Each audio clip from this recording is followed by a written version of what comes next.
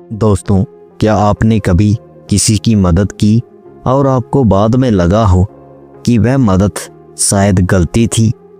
आज की कहानी सुनने के बाद आप समझेंगे कि भगवान कभी सीधे नहीं आते, वो तो इंसानों के रूप में हमारी परीक्षा लेने आते हैं। तो चलो शुरू करते हैं आज की कहानी। एक छोटे से कस्बे में एक बूढ़ा मोची रामू रहता था। उसकी छोटी सी दुकान थी और एक टूटी बेंच, कुछ औजार और पुराना ताना बाना। दिन भर मेहनत करने के बाद भी मुश्किल से 2 वक्त का खाना जुटता था। वह हमेशा कहता था, जो काम भगवान ने दिया है वह ही मेरी पूजा है। लेकिन अब उम्र बढ़ रही थी, आंखें धुंधली हो चुकी थी और काम भी अब कम मिलने लगा था। फिर एक दिन शाम को जब रामू दुकान बंद कर रहा था, तभी एक अजनबी वहां आया। कपड़े फटे थे, पैर नंगे और चेहरा थका हुआ था। वह बोला, बाबा, मेरे जूते फट गए हैं, रास्ता अभी लंबा है, क्या आप इन्हें ठीक कर देंगे? लेकिन मेरे पास आपको देने के लिए कुछ नहीं है। रामू ने हल्की मुस्कान के साथ कहा, बेटा, जूते मैं ठीक कर दूंगा, लेकिन एक बात हमेशा याद रखना, इंसान का पैर दर्द करता है तो दिल भी दुखता है।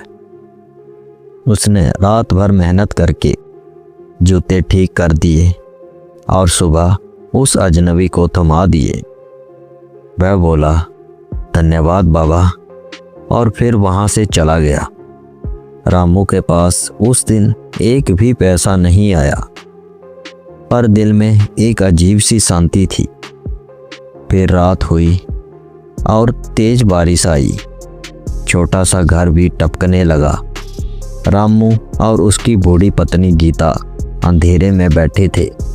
गीता ने कहा, तुम बहुत दयालु हो, पर अब खुद को भी देखो, खाली पेट नेकी कितने दिन चलेगी?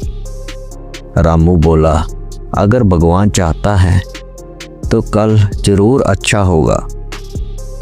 वो शब्द मानो आसमान में गूंज गए। फिर अगली सुबह जब रामू दुकान पहुंचा तो उसकी आंखें बेंच पर पड़ी एक सुनहरी थैली पर गई।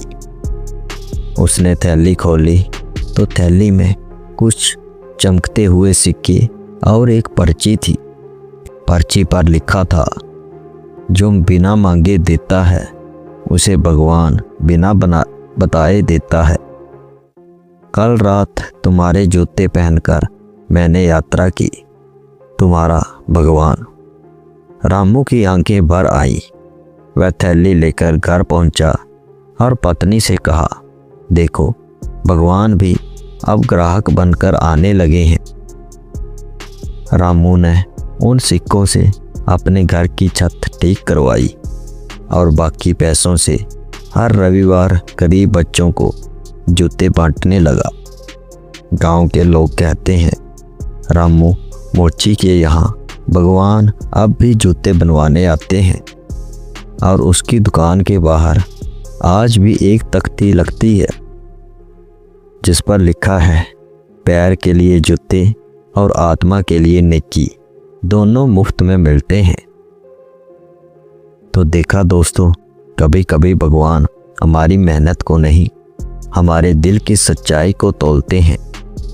अगर आप भी मानते हैं कि नेकी का फल देर से नहीं, सही समय पर मिलता है, तो नेकी अमर है लिखकर कमेंट जरूर करना।